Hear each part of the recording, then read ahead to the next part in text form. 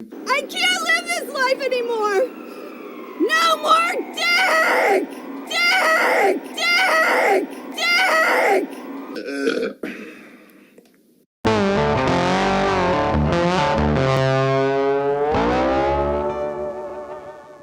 So before we begin, I'm just going to state that I'm not going to play any music from this game.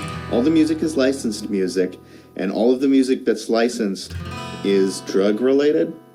You get such great songs such as Hits from the Bong, Smoke Two Joints, and the American classic by Curtis Mayfield, Pusher Man. If you have not heard the song Pusher Man, and I emphasize this very much, if you have not heard the song Pusher Man, pause this video now and go listen to the song Pusher Man, okay? I will take this moment to let you go. Pause the video, go listen to the song. Go, go, go.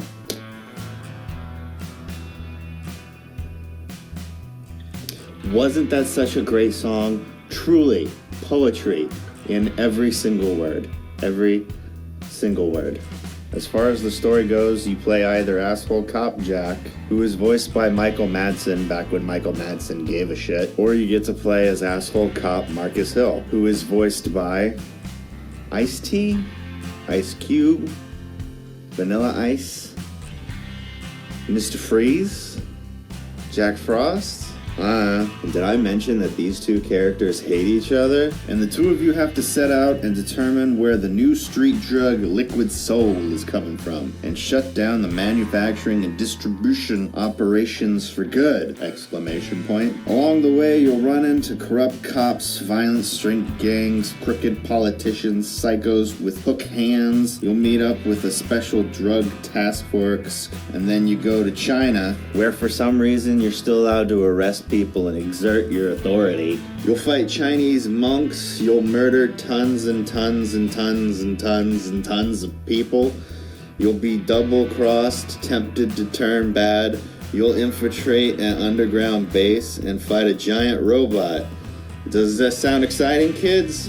And it's all done in the name of truth, justice, and the American way.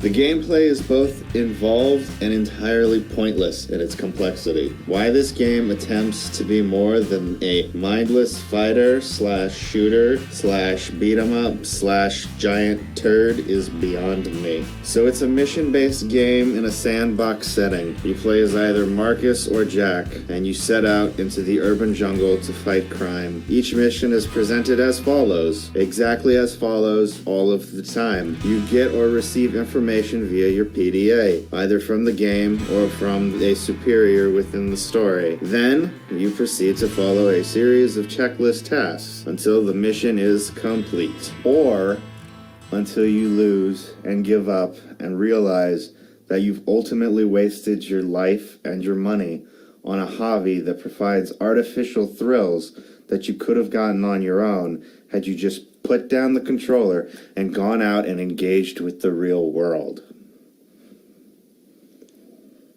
The game involves several different types of gameplay, all of which are just as monotonous and boring as the last. There are some light platforming elements which have you climbing and jumping from one location to the other. There are also some stealth levels where you have to sneak around. However, this game lacks the finesse required to pull off a stealth-based style gameplay element.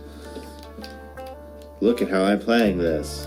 Much of the game, you'll be solving problems with your fists or with good old American gunfighting. The fighting combat is simple. You have a kick button, you have a punch button, you have a grab/throw button. During combat, you can mix it up. And if you want to work out some of your kinky sex fantasies, you can straddle your opponent while they're on the ground and beat the shit out of them. Mainly in this game, you'll be engaging in gunfights. This involves choosing a weapon and equipping it, and then shooting the Christ out of everything that's made out of a polygon. The gun battles feel very distinctly like having a seizure. You get a variety of weapons in the game: machine guns, Uzis, handguns, sniper rifles, chain guns, rocket launchers, etc., etc. In the game, you also have an arrest button. Push it while holding a suspect, and a mini-game thing pops up. Push X at the right time, and you'll arrest the guy. Sometimes you'll have to beat a mother lover until he submits and you can arrest him, and other times you can use a special arrest move that puts him in cuffs right away. Sometimes after you arrest one of these assholes, you'll have to interrogate them, which essentially means asking them a question, them telling you to go fuck yourself, and then you beating the holy shit out of them until they tell you what you want to know. Now, this game isn't a thoughtful, deliberately paced police procedural like L.A. Noire, but it has its good points. One of the main selling points of this game is that you actually get to do some of the drugs that you confiscate, and depending upon the drug you take, it'll affect the gameplay. Okay, let's check out these drugs that you get to enjoy with the game. So you got pot, which slows you and the world down, but aiming speed remains normal, allowing you to seem to react faster. Then there's ecstasy. While on ecstasy, enemies do not attack. Enemies will start attacking after the drug wears off or if you begin to attack them. Speed. This makes you faster than the rest of the world. You can run, fight, shoot, etc. faster than normal. Quaaludes. Ludes pause the world and transition you into a first-person view. This allows you to stop the action, look around, and zoom in and out to get a tactile view of the situation. Oh, a tactical. LSD. Civilians grow devil heads, bad guys, or gesture heads, innocents, that allow you to identify bad guy from innocent civilian. This makes you a crack shot. Oh, they put crack in quotation marks. This is so witty. All shots fired are one-shot kills. Liquid soul. This makes you super strong. Punches do more damage and kicks will kick heads off clean. That's cool. However, it makes all civilians look like bad guys. Protodone. This drug will cure you of any addiction you have. When you use one of these drugs, the HUD vanishes and the screen warps. You'll hear random noises, or maybe the song Golden Brown plays. Now, the distortion when you use the drugs does a really good job of portraying that your character is high, but what it's really meant to be is really cool while you're high. Although the drugs can aid you in combat, there are also drawbacks. For instance, the HUD vanishes, so you can't see your ammo or health, and you can become addicted, which is just a countdown to withdrawal, which stops you during gameplay and you just have to sit there and wait while you go through withdrawal and you take a beating. Using drugs can also lower your rep. Oh, did I not explain rep? The rep system, as represented by a number in a badge in the upper left-hand corner of the screen, is an annoying gameplay feature which basically is your reputation as a detective. Basically, if your rep drops below a certain number, a giant Viking comes bursting into the room, slaps the game controller out of your hand, and then eats your internal organs.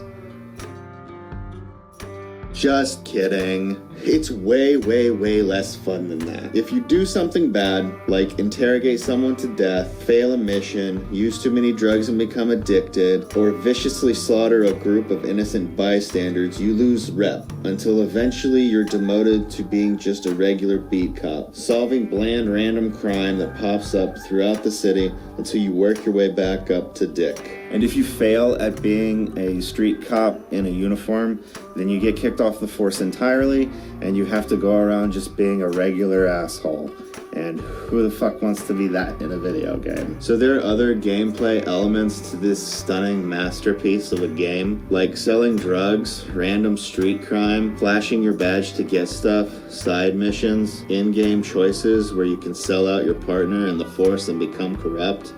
However, I never went and explored these different story-based options that they give you in the game because I did not give a shit at all. So the only thing worth mentioning in this game, lastly, is that there are hidden packages you can get in each stage that are called stashes, and these will unlock bonuses. In the China stage, if you collect all the stashes, it gets you an extra level, and I have no idea what happens in that level because, like I said before, I don't give a shit. However, if you collect all the stashes in the US stage, it unlocks the original 1988 Narc arcade game for play. Thanks for watching.